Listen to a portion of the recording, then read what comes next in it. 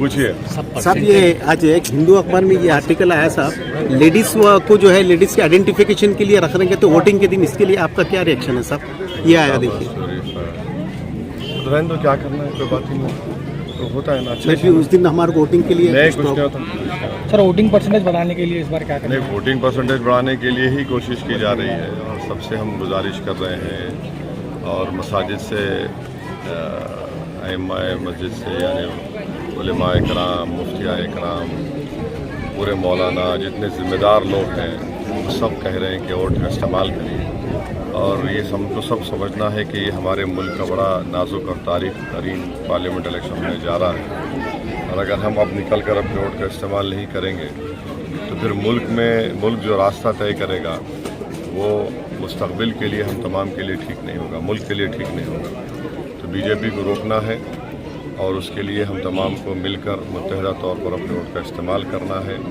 हैदराबाद तेलंगाना में जो भाईचारगी है, मोहब्बत है, अमन का माहौल है, उसको बरकरार रखने के लिए हम उम्मीद करते हैं कि हैदराबाद पार्लियामेंट से MIM पार्टी को वोट देंगे और पूरे तेलंगाना के दीगर 16 पार्लियामानी हलकों से बीजेपी को शिकस्त देंगे। सर, इसमें BRS को सपोर्ट कर रहे हैं या कांग्रेस? हम पिछले असेंबली इलेक्शन की तरह कोई ऐलान नहीं कर रहे हैं। हम ये कह रहे हैं कि हैदराबाद में पतंग और तेलंगाना में बीजेपी ख़त्म। तो अब इसके लिए अवाम अक्लमंद है, बाशऊर है, अवाम जानती है कि बीजेपी को कैसा हराया जा सकता है और ये हमारा फ़ैसला है और आप देखेंगे कि इंशाअल्लाह ताला मजलिस के ऐलान के बाद अवाम को पैगाम मिल चुका है। सर, बीजेपी का जो नारा है इस बार 400 पार, उसके ताल्लुक से आपका क्या? देखिए, 400 पार का जो नारा है वो इसलिए दिया जा रहा है कि हमारे आइन को, संविधान को, कॉन्स्टिट्यूशन को बदल देना। कल ही राजस्थान के बीजेपी के एक डिप्टी चीफ मिनिस्टर मोहतरमा हैं, उन्होंने कह दिया कि अगर 400 पार मिलेंगे तो आइन और संविधान को बदल देंगे। जब आइन और संविधान बदलेगा तो right to equality, basic structure चला जाएगा। ये रिजर्वेशन जो दलितों को मिल रहा है वो ख़त्म हो जाएगा, BCs को जो रिजर्वेशन मिल रहा है ख़त्म हो जाएगा।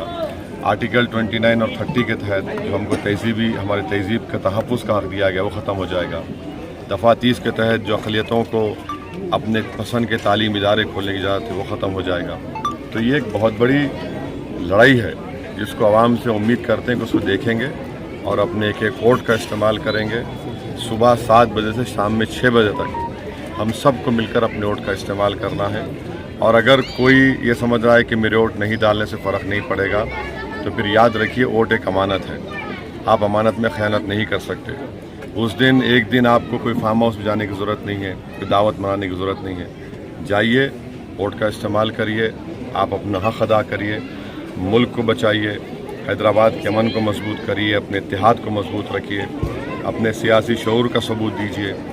ये हम सबको करने की ज़रूरत है। साहब, अब की बार भी इलेक्शन के जो चीट्स है उसके अंदर बेकायदगी पाई जाती है। क्या है? तकरीबन एक घर के 5 वोट है तो जिसमें से 2 वोट ऐसा नहीं है, बाज़ वोटों की जंपिंग हुई है, वो चेक कर रहे हैं, चेक करके दे देंगे आपको, क्योंकि अब तो हमारे पास ऐप है, सही वो उससे प्रिंट आउट निकल जाता है, वहीं का वहीं दे सकते हैं सब दे रहे सब। लेकिन बात जगह है और 5 अगर वोटर्स है तो उसमें से 2 का नहीं है सब, चेक करने के बाद ही पहले जो चेक करके दे सकते, बाद में दूसरे बूथ पर क्या होगा नाम चेक कर लेंगे। सब एक अपने हैदराबाद के नॉर्मल आवाम का सवाल है कि असद साहब ज़्यादा मेहनत करें, लेकिन असद साहब ही आते, लोगों के आवाम मतलब जो नॉर्मल जो बातें चल रही वो सिर्फ असद साहब ही जीते, लेकिन असद साहब ज़्यादा मेहनत क्यों कर रहे हैं?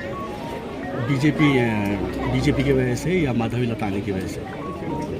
मैं 1994 में आज से 30 साल पहले हल्के असेंबली चारमीनार का MLA था। मैं तो ये समझ रहा हूँ कि मेहनत कम कर रहा हूँ। मैं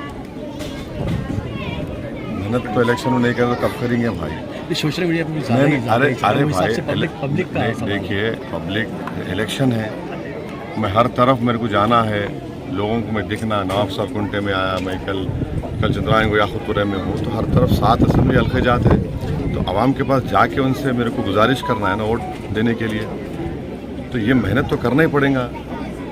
जमहूरियत है, कैंडिडेट का काम है मेहनत करना। अल्हम्दुलिल्लाह माशाल्लाह मेरी सेहत अच्छी है, तो मेहनत कर रहा हूँ, मेहनत करना पड़ेगा और मेहनत करेंगे ही तो होगा ना। तो इसका कोई अगर आप बोलेंगे मेहनत नहीं करे, घर में बढ़े, तो आप नहीं बोलते दिख रहे नहीं भाई, कहा तो भी है। सर, कल एक स्टेटमेंट आया उलमा इकराम के अपने हैदराबाद के, जो कांग्रेस को सपोर्ट करने की बात है।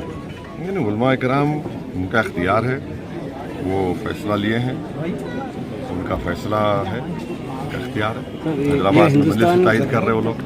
ये हिंदुस्तान के आयन को बदलने की जो बात चल रही है, आराम से। पिछले वक्त में जो पिछले वक्त में कांग्रेस का दौर था उसमें ऐसा कुछ हुआ था सर, जैसा बीजेपी में? नहीं, अभी 400 पार का मतलब एक ही है कि भारत के आइन को तब्दील कर देना, जिसको बाबा साहब अम्बेडकर ने बनाया।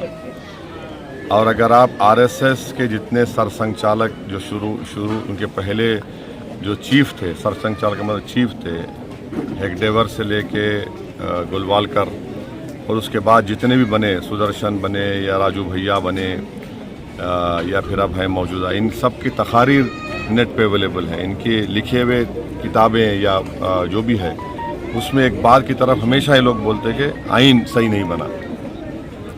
तो इसलिए यकीनन ये ख़तरा है। बेसिक स्ट्रक्चर को ख़त्म करना इनके जहनों में है। अब बेसिक स्ट्रक्चर जो है वो भारत के फंडामेंटल राइट्स का एक चैप्टर है पूरा। वो पिछले वक्त में कांग्रेस के दौर में कुछ बदलाव हुआ था सर? इमरजेंसी हुई थी ना कांग्रेस ज़माने में, जी इमरजेंसी हुई आइन में कुछ थी, बदलाव? जबरी नसबंदी हुई थी, कई हुकूमतों का 356 का गलत इस्तेमाल हुआ था प्रेसिडेंट रूल नाफिज करने के लिए। सर, ये बीजेपी जो है मुस्लिम रिजर्वेशन के ताल्लुक से बार बार कह रही है कि मुस्लिम रिजर्वेशन मुस्लिम रिजर्वेशन नहीं है, दलित रिजर्वेशन भी, ओबीसी रिजर्वेशन सब खत्म करना चाहती है बीजेपी। हैदराबाद हमेशा जब भी आते हैं तो हैदराबाद के लोगों को रजाकार बोलते जाते हैं, इसके ऊपर आप क्या कहेंगे? 13 के दिन जवाब मिलेगा उनको, 13 के दिन जवाब मिलेगा। उनका ने पेटेंट है रजाकारों का। रजाकार जो थे वो भाग गए 57 में। जो वफादार रजाकार जो थे वो भाग गए 57 में। जो वफादार थे आज भी ठहरे हुए चट्टान की तरह इन जालिमों से मुकाबला कर रहे हैं। तो वफादारी मुकाबला करता। सर, अभी तक जो भी स्टेटों में जो पोलिंग हुई परसेंटेज 2019 के मुकाबले कम आता जा रहा है, इसकी वजह क्या है सर? अब मेरे को नहीं मालूम उसकी वजह क्या है। मैं हैदराबाद की आवाम से अपील कर रहा हूँ कि अपना पोलिंग परसेंटेज बढ़ाइए और खुदा के लिए घर से निकलिए, वोट डालिए, अपनी पार्टी को भारी अक्सर से कामयाब करिए। और बाज़ अखबारात में ये लिख रहे कि नहीं हैदराबाद में कंपटीशन ही नहीं है, सट्टा वाले रेट नहीं दे रहे। अरे अखबार का आर्टिकल लिख रहे, तुम सट्टा के बारे में लिखते क्या जी? है इस तरह लिख रहे आप कोई? ये देखिए, ये एक खामोश तरीके से पोलिंग परसेंटेज गिराने की साजिश कर रहे हैं। मैं आपके ज़रिए से हैदराबाद के राय दहिंदगान से अपील कर रहा हूँ कि मजलिस के पूरे मुखालिफिन एक जगह जमा होकर ये कोशिश कर रहे हैं कि मजलिस की कामयाबी को अगर रोक नहीं सकते तो कभी नहीं रोक सकते इंशाल्लाह, तो पोलिंग परसेंटेज कम करना। और इसीलिए कभी अखबार में ऐसा लिख दे रहे, कभी वहाँ पे कुछ बोल दे रहे। तो हैदराबाद की आवाम से अपील कर रहा हूँ कि जो ज़ाहिरन हमारे सामने नहीं है मगर इनका दिल बातिल ताकतों के साथ है, मुखालिफिन मजलिस के साथ बैठकर साजिशें रचा रहे हैं, तो इन तमाम, जिसको हम उर्दू में बोलते हैं चंडाल चौकड़ी, ये चंडाल चौकड़ी को हराने का है। तो हमारे को अपना पोलिंग परसेंटेज बढ़ाने का। सर, पोलिंग परसेंटेज बढ़ाने के लिए आप क्या मुहिम चलाना चाह रहे हैं? क्या हम तो हर जगह बोल रहे, तकरीरों में बोल रहे। अब तो हम लोग घर पर स्टिकर लगा दे रहे कि आपका पोलिंग स्टेशन ये है, यहाँ पे इतने वोट है। पूरी कोशिश चल रही है। सब आवाम के अंदर तो सबसे ज्यादा जो शुक्र अब देखा जा रहा है, वोट देने के लिए बेचैन 13 मई का लोग इंतजार कर रहे हैं। इसके तस्वीर का मैं दूसरा रोग बता रहा आपके मुंह में की शक्कर, अल्हम्दुलिल्लाह साहब, लोग बेचैन है 13 मई के इंतजार में। और खासतौर पर मेरा सिर्फ ये आपका पैगाम जो फर्स्ट टाइम वोटर है उनके लिए कुछ आपका खुशकुन जो है मैसेज उनको दीजिए। फर्स्ट टाइम वोटर बेचैन है लोग। फर्स्ट टाइम वोटर से अमेरिकी पैगाम है कि उनकी लड़ाई हम लड़ रहे हैं। सही है। मुस्तकबिल तो उनका होगा ना। इस मुल्क की जिम्मेदारी कल उनके कंधों पे आयद की जाएंगी।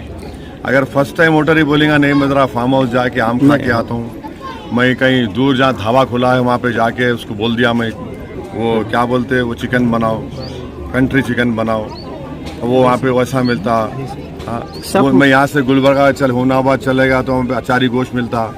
ऐसा मैं सुन, ये गलत बातें हैं भाई। आपकी लड़ाई हम लड़ रहे हैं इस मुल्क को बचा। अगर देखिए इस पार्लियामेंट इलेक्शन में अगर खुदा ना खास्ता बीजेपी हुकूमत में आएंगी तो फिर ये मुल्क उस रास्ते पे चला जाएगा जहाँ से वापस आना मुश्किल होगा हमारे को, और हम लोग तारीख का हिस्सा बन जाएंगे। तो तारीख अगर बनाने का है तो फर्स्ट टाइम वोटर हो, बुजुर्ग हो, नौजवान हो, खवातीन हो, सबको एक साथ 13 तारीख के दिन निकल कर वोट डालना है। ठीक है सर, बस।